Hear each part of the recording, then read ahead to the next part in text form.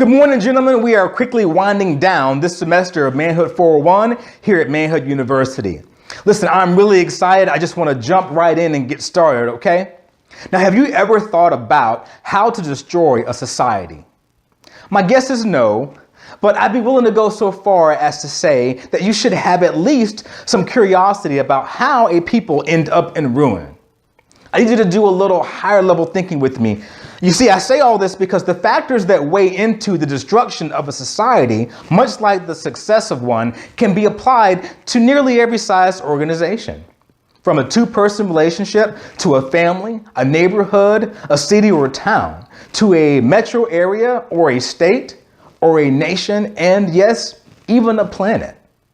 To destroy a society, you may start with its weaknesses, but at some point you have to come for its strengths. And that means getting past us men, right? There's no sugarcoating there. To understand this week's lesson, let's first look at some of the things we've called ourselves during this journey. We are leaders. We're problem solvers. We're builders. We're culture changers. We are visionaries, and we confront things that are wrong. Those are pretty strong declarations, and they come from us being willing to be held accountable for the roles that we're given in society. So how do you weaken a strong thing? Well, let's see. You castrate a bull to make it a steer.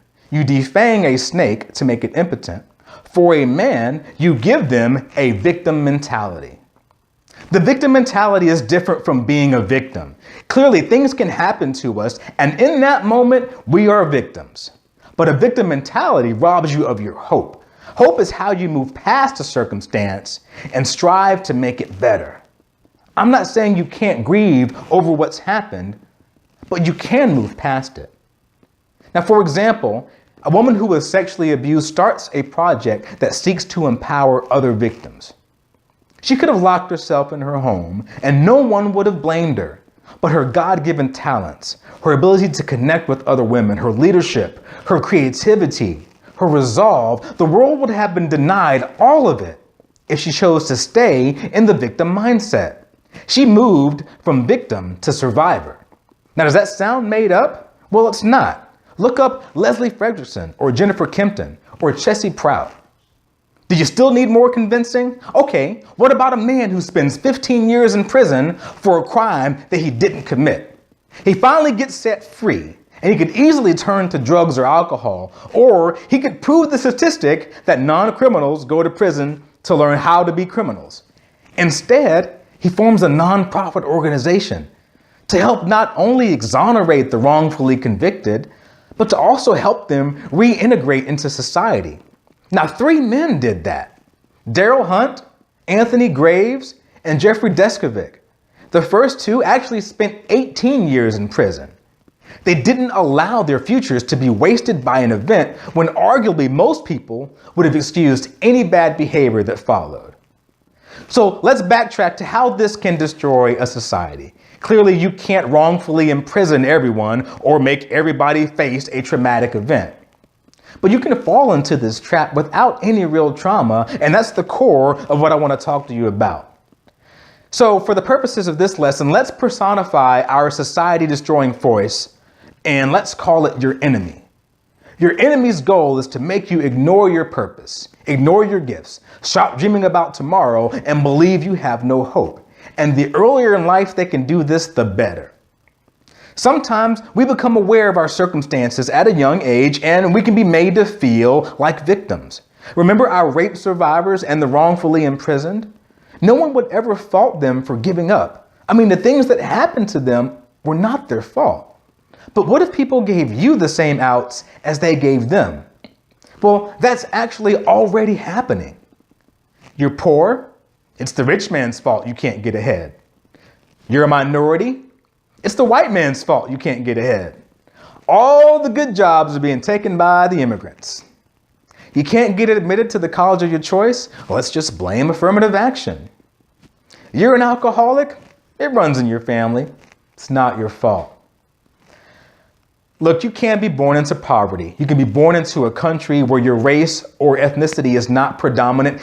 You can have an employment disadvantage and you can be genetically predisposed to alcoholism. You could suddenly become the child of a single parent, and none of these things would be your fault. But how are you to walk in your purpose if you accept these ready-made excuses that society provides? It might feel better not to take any responsibility, but remember that you're in a battle for your future. While blame may not be yours, when does responsibility shift to you for what happens next? It all circles back to the very first lesson of 101, taking responsibility for our actions.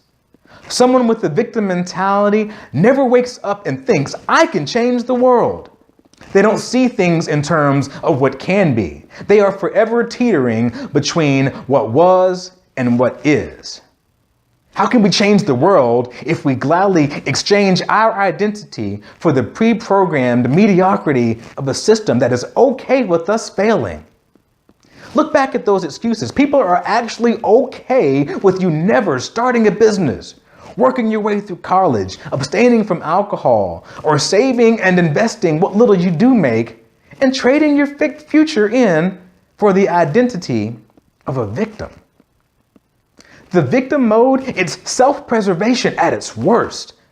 It's the preservation of the status quo. The victim mentality will help you line up 100 reasons why you can't move past the circumstance.